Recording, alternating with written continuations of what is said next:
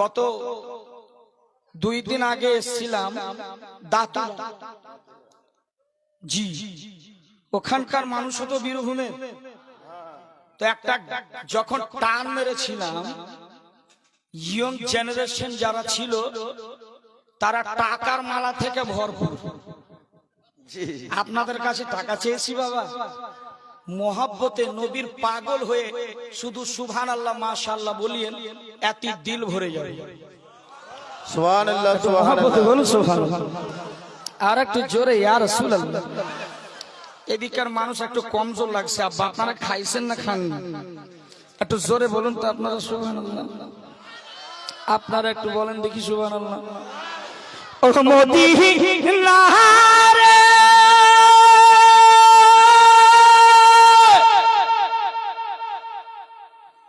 তোর কাছে গেলে পারে সকল গুণ যত সরে। সুবহানাল্লাহ। তোরে আমি বুঝাই কেমনে, আরে রওজা মুবারক গিয়ে নবীজিকে সালাম দিয়ে। সুবহানাল্লাহ সুবহানাল্লাহ। যারা যারা চান যে নবীর দরবারে সালাম দেব তারাই, আর যারা বলছে না যে চুপ হয়ে আছে, আমি ভাববো যে হয়তো আমার সাথে কোনো দুশ্মনী আছে, একটু চিৎকার মরে আল্লাহু আকবার। এসব কারাম সাইয়্যিদ কারামাতুল্লাহ আমার কিছু না। এই আল্লাহর ওলির পাওয়ার ক্ষমতা কত আছে আপনারা দেখাই যাও আজকে, যে আল্লাহর ওলিদের পাওয়ার জিন্দা কারামত। কমসে কম 3 মাস ধরে প্রোগ্রাম চলছে, আওয়াজ সহি সালামত, মনে হচ্ছে বের হবে না, কিন্তু আল্লাহর ওলির কারামত। জি জি জি বেশক। জোরে কোন সুবহানাল্লাহ। ওহ মদিনা রে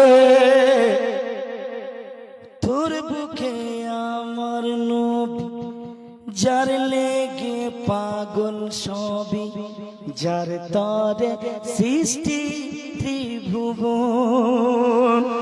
ওহ মদিনা রে তোর কাছে গেলে পারে সকল গুণ জয়িত সরে।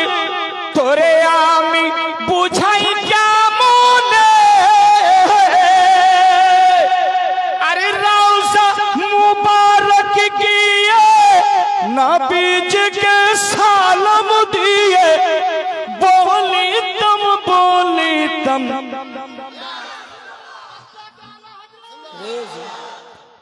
मसला के आला हजरत के मानने वाले हैं या? हाँ बहुत सब कोई लाइके मुबारकबाद আপনাদেরকে সালামত রাখুক, আর মাসলা কে আলা হযরত পর কায়েম রাখুক। সকলে বলেন আমিন আমিন। আমি বাংলাদেশে জিজ্ঞেস করেছিলাম, মরিশাস আফ্রিকাতে গেলাম, ওখানেও জিজ্ঞেস করেছিলাম, যেহেতু আমি উর্দু বলেছিলাম ওখানে আর বাংলাদেশে বাংলা বলেছিলাম, তো আমি বললাম যে মাসলা কে আলা হযরত, আচ্ছা ভাই আপনাদের কি এখানে কোনো প্রপার্টি আলা হযরত দিয়েছেন নাকি? বলে হুজুর না। তাহলে তাকে চিনো? বলে ঠিক মতো চিনিও না, কিন্তু নবীর একজন আশিকে রাসূলের নাম হচ্ছে সুবহানাল্লাহ। আপনাদের এই বীরভূম ডিস্ট্রিক্টে এই সালামটা পড়া হয়, মুস্তাফা জানে জি জি জি রহমতেল, পড়েন কি না? হ্যাঁ। কিন্তু এটা কার লেখা সালাম জানেন? হুজুর আলা আমার আলা হযরতের লেখা সালাম, হ্যাঁ না? মুস্তাফা জানে রহমতুল্লাহ সালাম, এই আলা হযরতের লেখা। এই যে প্রতিটা মসজিদে খানকাতে দেখবেন তাফসিরের কোরআন যদি দেখেন কানজুল ঈমান, এটার অনুবাদও আমার আলা হযরত করেছে। ভারতের সরজমিনে আল্লাহ ওয়ালারা পৃথিবীর জমিনে দয়াল খাজা বাবা মহারাজা ভারতের সরজমিনে যখন আসেন, তিনি আসলেন একজন মুরিদ, যার নাম হচ্ছে বাবা কুতবুদ্দিন বখতিয়ার কাকি রহমাতুল্লাহ আলাইহি। এই করে 40 জনকে মুরিদ করলেন, ভারতের সরজমিনে আসলেন। পৃথিবীরাজের সাথে অনেক লড়াই হয়েছে, আর তিনি দাওয়াত দিয়েছেন, তিনি বেধর্মী মানুষকে কলমা পড়িয়ে ফার্সি ছন্দ মেহফিলে সেমা করে করে প্রায় 90 লাখ বেধর্মীকে কলমা পড়িয়ে মুসলমান। আর ইসলাম নিয়ে যখন কাড়াকাড়ি করতে লাগলো, মাজার ভাঙা চলবে না, মাজার ভেঙে দাও, মাজারে চাদর চলবে না, ফুল চড়া যাবে না, এটা বেদাত, ওটা শিরক, নাজায়েজ ও হারাম।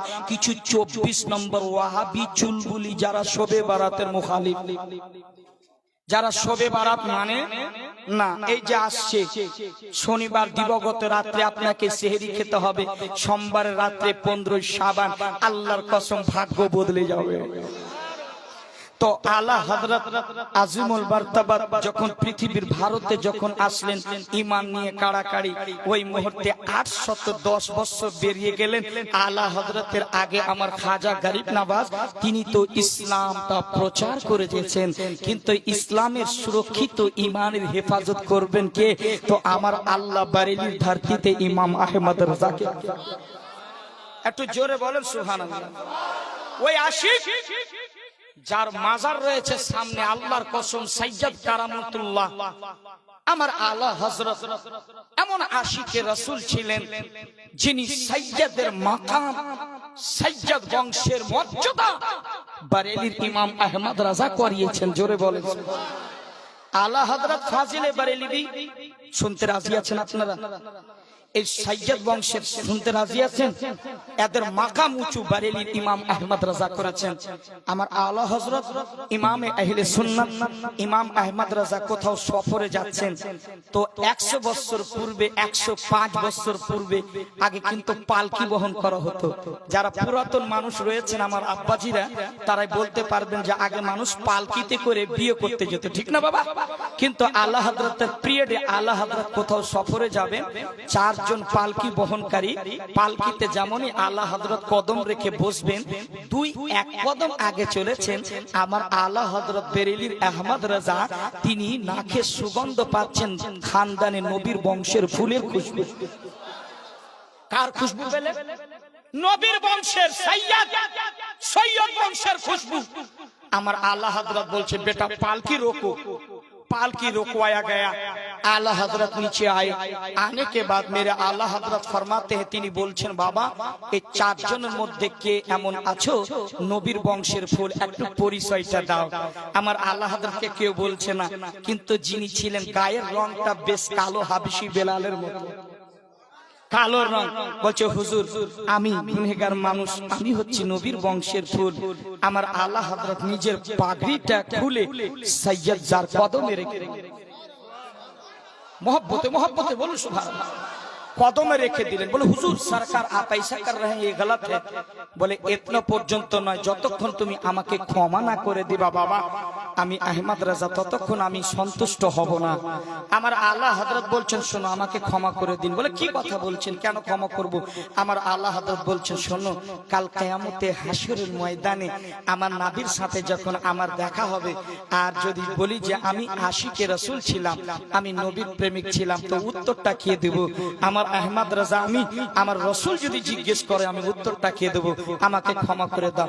বলে এইভাবেও হবে না। আমার আলা হযরত তাকে পালকিতে বসিয়ে মোহাল্লা সওদা গ্রাম পর্যন্ত নিয়ে গেছিলেন। জোরে বলুন সুবহানাল্লাহ। আমার আলা হযরত বসিয়ে তিনার সন্তান সরকার মুফতি আজম হিন্দকে বলেছিলেন, বাবা যতক্ষণ পর্যন্ত এই আলিমে দ্বীন না হয়ে যাবে তাকেও এখান থেকে বারেলি শরীফ থেকে যেতে দেবে না।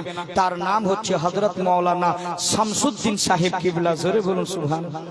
গভীর মনোযোগ।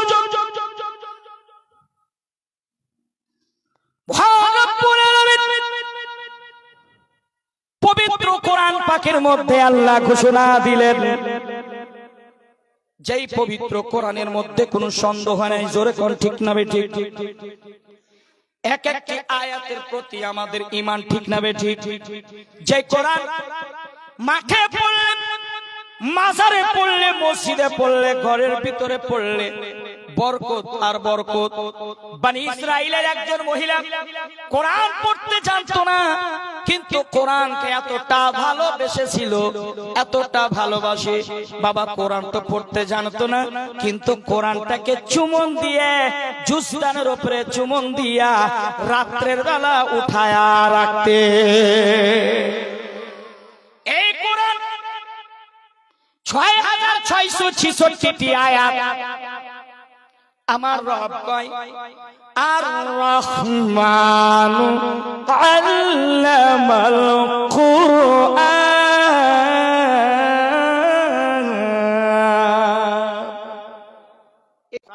যাই আপনি আর আমাকে এই পৃথিবীর জমিনে সৃষ্টি করেছেন আল্লাহ এমন একটা কারিগর যার কেউ নকল করতে পারে না।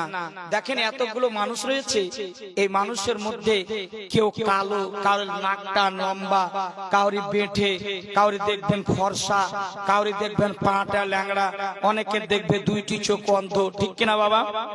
আমার রব এত মহান যার তুলনা করা যায় না। চলো মহান রব্বুল আলামিন ঈসা নবীর কথা শুনছেন, যার মায়ের নাম মা মারিয়াম আলাইহিস সালাম, যার কোনো স্বামী ছিল না। আল্লাহু আকবার কোন। তার মা স্বামী ছিল না। হযরতে মারিয়াম আলাইহিস সালামের বিবাহ হয় না, জোরে বলেন।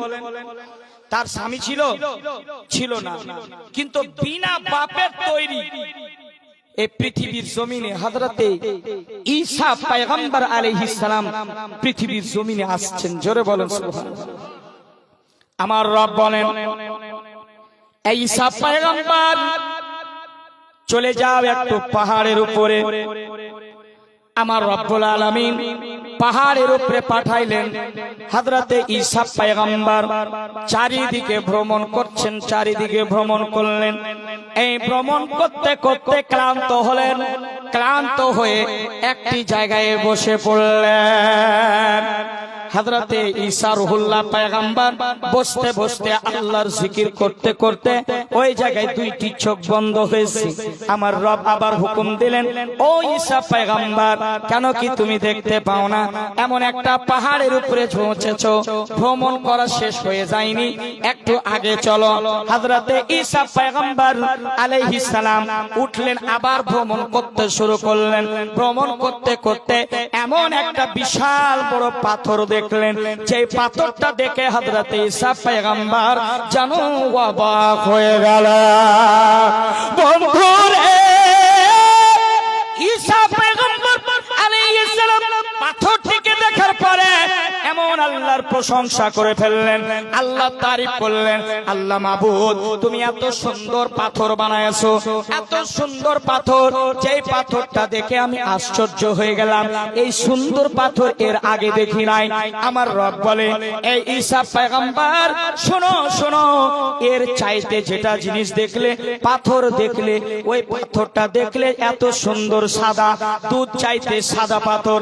কিন্তু ঈসা পয়গম্বর, তুমি যদি চাও এই পাথরের ভিতর থেকে আর একটা আশ্চর্য জিনিস দেখাই দেব। আল্লাহু আকবার কর। কি দেখাবেন? মান রাআইতি রাব্বি, হ্যাঁ আমার রব, আমার প্রতিপালক, সেই জিনিসটাই আমি দেখতে চাই, যেটা আপনি দেখাতে চান সেই জিনিসটাই আমি দেখতে চাই। আমার রব্বুল আলামিন বলেন, মান রাআইতু রাব্বি, হে শোনো ঈসা পয়গম্বর, সেটা তুমি দেখার জন্য খুব তাড়াতাড়ি করো। বলে, আল্লাহ আমার মাবুদ, হ্যাঁ আমি সেই জিনিসটাই দেখতে চাই। আমার রব বলে, পাথরটাকে একবার ঠোকর মারো। আমার রব জামনে বলেছে, বিশাল বড় পাথরটাকে একবার ঠোকার মারলেন, একবার। আল্লাহর কসম, ওই পাথরটা দুই খণ্ড হয়ে গেল। কি হলো? দুই খণ্ড হলো। পাথরটা দুই খণ্ড হওয়ার পর কি আশ্চর্য দেখছেন জিনিস। হযরতে ঈসা আলাইহিস সালাম, যিনি মা মারিয়াম আলাইহিস সালামের সন্তান, তিনি দেখছেন আশ্চর্য যে পাথরের ভিতর থেকে একজন বুজুর্গ, একজন বয়োজ্যেষ্ঠ, একজন বয়স্ক মানুষ, একজন বৃদ্ধ মানুষ ওই পাথরের ভিতর থেকে বেরিয়ে পড়লেন। আল্লাহু আকবার। গভীর মনোযোগ। রূপমপুরের মুসলমান, আল্লাহ চাইলেন আপনাকে মিনিটের মধ্যে, সেকেন্ডের মধ্যে ফকির করে দিতে পারে। আল্লাহ চাইলে সেকেন্ডের মধ্যে আপনাকে আমির করে দিতে পারে, ঠিক না বেঠিক? আল্লাহ চাইলে সব কিছু করতে পারে। আমার রব তো এমন যে আমার রব শুকনো গাছে ফল দিয়ে দিতে পারে। আমার রব্বুল আলামিন বলে ঈসা পয়গম্বর পাথরটাকে যখন দুই টুকরো করা হলো, ওই পাথর থেকে একজন বৃদ্ধ বয়স্ক মানুষ বেরিয়ে পড়লো। বেরিয়ে যাওয়ার পর দেখেন আল্লাহর তসবিহ যেন নামাজ আদায় করতেছেন। নামাজ পড়তে পড়তে হযরতে ঈসা রুহুল্লাহ ঈসা পয়গম্বর আশ্চর্য হলেন, পাথরের ভিতরে আবার কেমন করে মানুষ বেরিয়ে আসলো। আবার ওই পাথরের ভিতরে আল্লাহর সালাত আদায় করে, আল্লাহর ইবাদত করছেন ওই পাথরের ভিতরে। এটা সম্ভব কি করে হতে পারে? আমার রব যদি চাইতো সম্ভব হতে পারে কি? পারে কি পারে না? অবশ্যই পারে।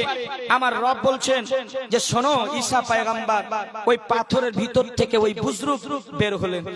আসসালামু আলাইকুম ওয়া রাহমাতুল্লাহ, আসসালামু আলাইকুম ওয়া রাহমাতুল্লাহ। এবার হযরতে ঈসা নবী সেই বুজরুগকে বয়োজ্যেষ্ঠ আব্বাটাকে জিজ্ঞেস করছেন, সালাম দিচ্ছেন, বাবা একটি কথা জিজ্ঞেস করব।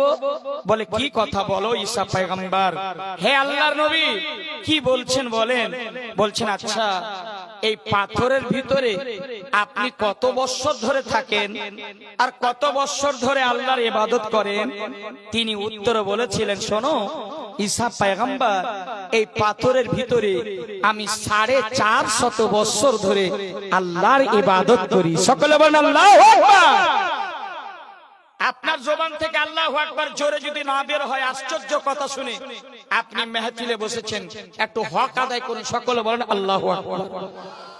গভীর মনোযোগ। হযরতে ঈসা পয়গম্বরকে ওই বয়োজ্যেষ্ঠ বাবাজি বলতে লাগলেন, হে ঈসা পয়গম্বর, আমি 1 বছর নয় 2 বছর নয়, আমি 450 বছর ধরে এই পাহাড়ের ভিতরে পাথরের ভিতরে আমি আল্লাহর ইবাদত করি। আবার হযরতে ঈসা পয়গম্বর প্রশ্ন করলেন, আপনি তো 450 বছর ধরে ইবাদত করেন, এবার আপনি খান কি, আপনি কি পান করেন একটু বলেন। ওই বুজরুগ বলেছিলেন, আল্লাহর কসম, আমি এই পাথরের ভিতরে আমার আহারের জন্য আমার রব একটা আঙ্গুর ফলের গাছ লাগায়া দিয়েছে। একটা আঙ্গুর ফলের গাছ লাগায়া দিয়েছে। আমি যখন আমার খিদা লাগে, সে আঙ্গুরগুলো কি আমি তুলে তুলে আমি সেটাকে খাদ্য বানিয়ে আমি খাই। আর এই আল্লাহর ইবাদত এই পাহাড়ের ভিতরে পাথরের ভিতরে আমি করি। রূপরামপুরের মানুষ, আপনারাই চিন্তা করে বলুন না, যার মধ্যে শ্বাস নেওয়া যাবে না, যার মধ্যে কোনো আলো নেই, যার মধ্যে কোনো বাতাস নেই, তবুও দেখেন আল্লাহর কি কুদরত, পাথরের ভিতরে 450 বছর ধরে আল্লাহর ইবাদত করে। 450 বছর ধরে। এবার হযরতে ঈসা রুহুল্লাহ আল্লাহর ঈসা পয়গম্বর আল্লাহর দরবারে কথা বলছেন আল্লাহর সাথে, হে আমার রব, একটি কথা জিজ্ঞেস করি। আমি তো আগে দেখলাম একটি পাথর, পাথরটি হচ্ছে দুধ চাইতে সাদা, আর যখন আরেকটা জিনিস দেখাতে চাইলে তখন দেখলাম পাথরের ভিতর থেকে একজন বয়স্ক বুজরুগ মানুষ বেরিয়ে এলো, আর ওই পাথরের ভিতরে 450 বছর ধরে তিনি ইবাদত করেন। হে আমার রব, হে আমার প্রতিপালক, একটি কথা বলুন মাবুদ, এই ভাগ্যটা, এই ফজিলতটা কাউরি কি আপনি দান করেছেন? কি বলছেন? কাউকে কি দান করেছেন? আমার রব বলছেন, ঈসা পয়গম্বর শুনে রেখো, এই ফজিলত, এই মার্তাবা, এই মাকাম শুধু আমি উম্মতে মুহাম্মাদিরে দান করেছি। আমার মুহাম্মদ উম্মতিকে দান করেছি যারা শাবান মাসের 14 তারিখে রোজা রাখবে, শ্যাম পালন করবে এবং 15 তারিখে রোজা রাখবে আর রাত্রের বেলায় নফল ইবাদত করবে। আল্লাহু আকবার কোন। রাত্রের বেলা নফল ইবাদত করবে, 2টা রোজা রাখবে নফল রোজা। মায়েরা ওই রোজা দুটি আপনি ওই রোজা 14 এবং 15 তারিখে রাখবেন। আর সাহেব পয়গম্বর আল্লাহর কসম এই ফজিলত উম্মতে মুহাম্মদীকে দান করেছি। যারা এই রাতের রোজা রাখবে আর এই রাতে ইবাদত করবে, আমি আল্লাহ 450 বছরের নেকিটুকু ওই রাতে দান করে থাকি। ওই রাতে শবে বরাতের রাতে 14 এবং 15 তারিখ আপনাদের অত্র এলাকায় এই রোজাটা রাখা হয়। বাবা কথা বলে রাখেন, কিন্তু যুবকেরা রাখে না। এরা তো ফরজ রোজায় রাখে না, এরা নফলের ধারও ধারে না। কথা ঠিক বললাম কিনা? কিন্তু অনেক মা রাখে আর অনেক মা আবার রাখে না। কিন্তু বিশেষ করে আমার মায়েদেরকে বলবো আর রূপরামপুরের মুসলমান আপনাদেরকে বলে যায় যে এই 2টা রোজা রাখার চেষ্টা করুন। রাজব মাসের 2টা চলে গেছে, শাবান মাসের 2টা রোজায় যা আসছে, আর আপনার রমজান মাস। আমার রব কি বলছেন জানেন? যে রাজব মাসে আপনি ফসল বুনুন আর শাবান মাসে তার বীজ ফুটে রমজান মাসে ফল দেয়। জোরে বলেন সুবহানাল্লাহ। এই রহমতের মাস চলে আসছে, 2টি রোজা রাখবেন 14 এবং 15। কতটুকু ফজিলত আছে হযরতে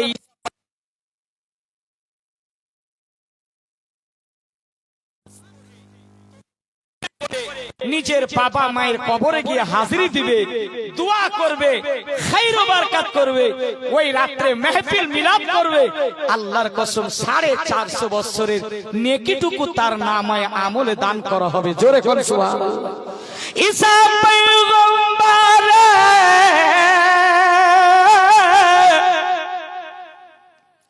চলতে লাগলেন, আল্লাহর দরবার থেকে আগে যায়। চলতে চলতে দেখেন কিছু মানুষ বসে আছেন, দাওয়াতের ইসলাম দাওয়াত দেন। মানুষকে বলে তোমরা সবাই কলমা পড়ে মুসলমান হয়ে যাও।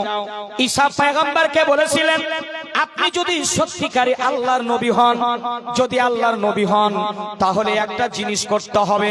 আমাদের অত্র এলাকায় এমন একটা ধোবা রয়েছে, ধোবা আপনার দিকে কি বলে? যারা কাপড় পরিষ্কার করে তাকে কি বলে ভাই? কি বলে? ধোবা। ওই বনি ইসরাইল তখন ঈসা মুসা আলাইহিস সালাম তিনি বলেন যদি এই গ্রামের এই শহরের একটা ধোবা রয়েছে তাকে যদি আপনি দোয়া করে মেরে দিতে পারেন, জান থেকে যদি সেই মারা যায় তাহলে আমরা কলমা পড়ে মুসলমান হয়ে যাব। এক বাক্যে কলমা পড়ে নেব। হযরতে ঈসা পয়গম্বর আল্লাহর দরবারে দোয়া চাইলেন, হে রব্বুল আলামিন, ও আমার মাবুদ, আমি একটি দোয়া চাই। এই গ্রামে এমন একটা ধোবা রয়েছে, এই ধোবাটা যদি মারা যায় তাহলে তারা কলমা পড়ে মুসলমান হয়ে যাবে, আর যদি মারা না যায় তাহলে তারা কলমা পড়ে মুসলমান হবে না। একটা কথা মনে রাখবে, যারা নবীগণ হন, যারা নেক সালেহ মানুষ হয়, তাদের দোয়া আল্লাহ কবুল করে থাকে। মুসা আলাইহিস সালাম হাত উঠালেন, হাত উঠিয়ে দোয়া চাইলেন, হে আমার রব, এই ধোবাটা যেন মারা যায়, এই ধোবা যেন না বাঁচে, এই ধোবাটা মারা যায়। কিন্তু আব্বা আমার রব কেমন দোয়া কবুল করেন। এবার চলতে আরম্ভ করেন। হযরতে ঈসা পয়গম্বর আল্লাহর ইবাদতে মশগুল হয়ে গেলেন। আল্লাহর ইবাদত করতে করতে এবার আব্বা আমার হযরতে ঈসা পয়গম্বর বসে পড়লেন, আল্লাহর দরবারে দোয়া চাইলেন। দোয়া চাওয়ার পর বসে পড়লেন। বসে যাওয়ার পর আমার আল্লাহ দেখেন ওই রাস্তা দিয়ে একটা ভিক্ষুক ভিক্ষা করে চলে যায়। হযরতে ভিক্ষা করতে করতে যায়, অনেক ভিক্ষুকটাকে খিদা লাগেছে। খিদার অবস্থায় তাকে ধোবা রাস্তা দিয়ে চলে, অনেকটু কাপড় নিয়ে কাঁধার পিঠে কাপড়কে লোড করে চলে যাচ্ছে। এবার হযরতে ঈসা পয়গম্বর যে দোয়া করেছিলেন আমার রব কবুল করে নিয়েছেন। কিন্তু রাস্তায় একটা ভিক্ষুক চলে আসে। ভিক্ষুক ধোবাটাকে বলে, ও ভাই, যদি আপনার কাছে অল্পটুকু কোনো খাবার থাকে, আপনার কাছে যদি কোনো আহার আহার থাকে আল্লাহর ওয়াস্তে দান করুন, আমাকে প্রচন্ড খিদা লেগেছে, আপনি একটু আল্লাহর রাহে দান করুন। বাবারে ওই ধোবাটি আল্লাহর নামে যখন চেয়েছে ভিক্ষুক, আল্লাহর নামে বিসমিল্লাহির রহমানির রহিম বলে একটা রুটি দান করে দিয়েছে। জোরে বলেন সুবহানাল্লাহ। একটা রুটি যখন দান করে দিলেন, এবার ভিক্ষুক আরেকটা বলে, ভাই আমি অনেক খিদা পেয়েছি, যদি আরেকটা রুটি দান করে দাও আল্লাহর ওয়াস্তে, তাহলে আপনার জান মাল হেফাজতে রাখবে আল্লাহ, আপনি একটা রুটি যদি দেন। এবার ধোবাটি কি করলেন বাবা, আর একটা রুটি আল্লাহর ওয়াস্তে ওই ভিক্ষুকটিকে দান করে দিলেন। এবার ভিক্ষুক খাওয়ার পর আল্লাহর দরবারে বলে, আল্লাহ এই ধোবার তার জান মালে তুমি হেফাজত করো। আল্লাহ দোয়া কবুল করছে। এবার ধোবা চলে যাচ্ছে, এক পা দুই পা করে গাধার পিঠে সমস্ত কাপড়গুলো গাঁঠরি নিয়ে চলছে। বাবা নদীর কিনারায় যেমনই গাঁঠরি খুলেছে, বাবা কাপড় পরিষ্কার করেছে, কাপড় পরিষ্কার করলেন। সারাদিন ধরে কাপড় পরিষ্কার করার পরে আবার যখন গাঁঠরি বাঁধে, গাঁঠরি বেঁধে গাধার পিঠে চড়ালো, ওই ধোবা রাস্তায় চলে আসে। সন্ধ্যার দিকে ফিরে দেখে মানুষ একটা কথা বলেছিলেন, এই ঈসা নবী, যদি আপনি এই মানুষটারে মারতে পারেন তাহলে আমরা কলমা পড়ে মুসলমান হব, আর যদি না মারতে পারেন তাহলে আমরা মুসলমান হব না। কিন্তু এইদিকে হযরতে ঈসা নবী অপেক্ষায় রয়েছেন, হয়তো ধোবাটা মারা গেছে, কিন্তু সে মারা যায় না, কাপড়ের গাঁঠরি তুলে আবার ফেরত আসে। সন্ধ্যার দিকে ফেরত হয়। হযরতে ঈসা পয়গম্বর দেখার পর তাজ্জুব হয়ে গেলেন, আমার মাবুদ গো, আমার কি দোয়া কবুল হয় না মাবুদ, আমি এত দোয়া করলাম, আমার কি দোয়া কবুল হয় না? আল্লাহ তুমি আমার কি দোয়া কবুল করো নাই? আল্লাহ দেখি ওই গাঁঠরি নিয়ে ওই ধোবাটা ফিরে আসে। মাবুদরা, এই আমার দোয়া কি কবুল হয় না? আমার রব বলতেছে, এই ঈসা পয়গম্বর, আমি শোনো, আমি তোমার দোয়াটা কবুল করেছি, আমি তোমারও দোয়াটা কবুল করেছি। শোনো, এই যে ধোবাটা ফিরে আসে, মানুষ দেখে হাসি ঠাট্টা করতে লাগলো। আপনি কোন নবী হতে পারেন না, আপনি কোন নবী হতে পারেন না। কেননা যদি আপনি কোন নবী হতেন গো, আপনার দোয়াতে সেই লোকটা মারা যেত, কিন্তু সেই লোকটা তো মারা যায়নি, আবার দেশে ফিরে আসে। আপনি কোন নবী হতে পারেন না। হযরতে ঈসা পয়গম্বর দুই চোখের পানি ছেড়ে আল্লাহর দরবারে হাত তুলে দোয়া চাই, হে আমার রব, এত সুন্দর রাতে আমি দোয়া করেছি, আমার দোয়াটা কি কবুল হয় না? আমার রব বলেন, হে ঈসা, আমি তোমারও দোয়াটা কবুল করেছি। আল্লাহু আকবার কোন? মুফতি আফজাল হোসেনের ব্যাটারি মিটু মম আধা ঘন্টা পর খুলে, এতক্ষণ আস্তে আস্তে খুলছে, আপনারা এত ঘাবড়ায়েন না, একটু মহব্বতে বলুন সুবহানাল্লাহ। আর একটা নবীর মহব্বতে বলেন ইয়া রাসূলুল্লাহ। মুসলমানরা, আল্লাহর পয়গম্বর হযরতে ঈসা রূহুল্লাহ আল্লাহর দরবারে দোয়া চাইলেন, হে আল্লাহ, আমার দোয়াটা কি কবুল হয়নি? যতগুলো পৃথিবীর জমিনে নবী আসছে, আল্লাহ তাদের দোয়া তুমি রদ, আমি কবুল করেছি, সেটা তার প্রমাণ। মানুষ তো এদিকে হাসি ঠাট্টা করে, এ কোন নবী নয়, একটা কোন এরকম মাতাল হতে পারে, নাউজুবিল্লাহ, কলমা পড়া যাবে না। এবার হযরতে ঈসা পয়গম্বর আলাইহিস সালাম আল্লাহর দরবারে কেঁদে কেঁদে দোয়া চাইলেন। আমার রব কইতেছেন, শোনো ঈসা পয়গম্বর, যদি বিশ্বাস না হয় তাহলে ওই ধোবার গাঁঠরিটা খুলে দেখো। আল্লাহু আকবার বলেন। আমার যুবকের হযরতে ঈসা পয়গম্বর যখন গাঁঠরিটা খুলে দেখেন রে আব্বা, আল্লাহর কসম দুইটা ইয়াজদাহাসা বৈশা আছে। আল্লাহু আকবার কোন? দুইটা ইয়াজদাহাসা গাঠরি যেমন ঈসা পয়গম্বর যেমনই খুলেছে আব্বা, সাপের ফোনা তুলে নিয়েছে, সাপের ফোনা দুইটা, ইয়াজদাহা সাপ। এবার হযরতে ঈসা পয়গম্বর বলে, আমার রব, আমি কি দেখতেছি এমন ইয়াজদাহা বড় সাপ? আমার আল্লাহ বলেন, শোনো ঈসা পয়গম্বর, তুমি যখন আমার কাছে দোয়া চেয়েছিলা, আমি রব তোমার দোয়াটাকে কবুল করেছি। যেমনি দোয়া করেছো তেমনি আমি আল্লাহ দুইটি সাপ বানায়া দিয়েছিলাম। কয়টি সাপ বানিয়েছিলাম? দুইটি সাপ। আর এই সাপ যে বানিয়েছিলাম, যে গাঁঠরি যেমনই খুলবে, বুঝতেছেন আমার ভাষা? এই কাপড়ের গাঁঠরিটা যেমনই খুলবে আর তেমনই সাপ দংশন করবে ধোবাকে, ধোবাটা মারা যাবে। কিন্তু শোনো ঈসা পয়গম্বর, আমি দুইটা ইয়াজদাহা সাপ তো দিয়েছিলাম, কিন্তু একটা ভিক্ষু ওই ধোবার কাছে গিয়ে একটু খাওয়ার চেয়েছিল। ও বিসমিল্লাহির রহমানির রহিম বলে ভিক্ষুককে দান করে দিয়েছিল। আমি আল্লাহ যেমনই বিসমিল্লাহির রহমানির রহিম বলে আমার রাহে দান করে দিয়েছে, আমি আল্লাহ প্রথম সাপের মুখে একটা তালা মোহর লাগিয়ে দিয়েছি। আর একটু জোরে হবে না সুবহানাল্লাহ? আমি একটা তালা লাগিয়ে দিয়েছি।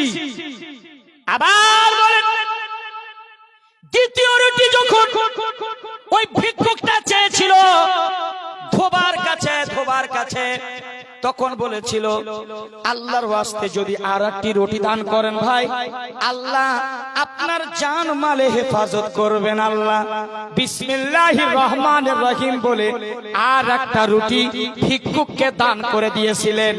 আমি আল্লাহ রহমানুর রহিম হয়ে দ্বিতীয় সাপের মুখে একটা মোহর তালা লাগাই দিছি। সাপের দেখেন সত্যিকারী মুখে তালা মোহর লাগানো আছে। আল্লাহর কসম, এ অত্র এলাকার রূপমপুরের মুসলমান আপনাদেরকে বলে যায়, আপনারা ভাগ্যবান মানুষ যদি আপনার সন্তান খুব মুসিবতে পড়েছে, ঠিক কিনা? আপনার মা অসুস্থ, কেউ অ্যাক্সিডেন্ট হয়ে গেছে, মনে হয় শ্বাসটা আর চলবে না। আল্লাহর কসম বলছি, যেই লোকটা বিপদে পড়েছে না, তার নামে কোন যদি ভিক্ষুক থাকে আপনাদের এলাকায়, যে ভিক্ষা করে খায় কিছুই নাই, ওর নামে আপনি একটা দেশি মুরগা বা একটা খাসি জবাই করে হালাল করে ওই ভিক্ষুকটাকে দিয়ে দাও, আল্লাহ আপনার জান মালে হেফাজত করবে। জোরে বলুন সুবহানাল্লাহ। আচ্ছা, আপনারা একটু মোহাব্বতে বলবেন না সুবহানাল্লাহ? এই কথাগুলো আপনাদের খারাপ লাগছে? আব্বা লাগে না? তাহলে শুনুন, রূপরামপুরের মুসলমান, আমি কিছু কথা দেবো এবার মা বোনদেরকে। হ্যাঁ আমার মা, এই যে আমার কলেজের টুকরা মা, আপনারা আমার বোন, আপনারা আমার খালা, আপনার আমি ছোট্ট ভাই বলছি, ছোট্ট বেটা। মালদা জেলা থেকে আপনাদেরকে কিছু মাল দিতে এসেছি, সেটা বুকের দরওয়াজা খুলে মুফতি আফজালের কথাগুলো কিছু নিয়ে যাবে। আপনারা যদি এমন মা, আমার রব, আমি মৌলবি হতে পারি, আমার দোয়াটা কবুল হবে কি হবে না জানি না, আমি গুনহেগার মানুষ, কোনো গ্যারান্টি নাই। কিন্তু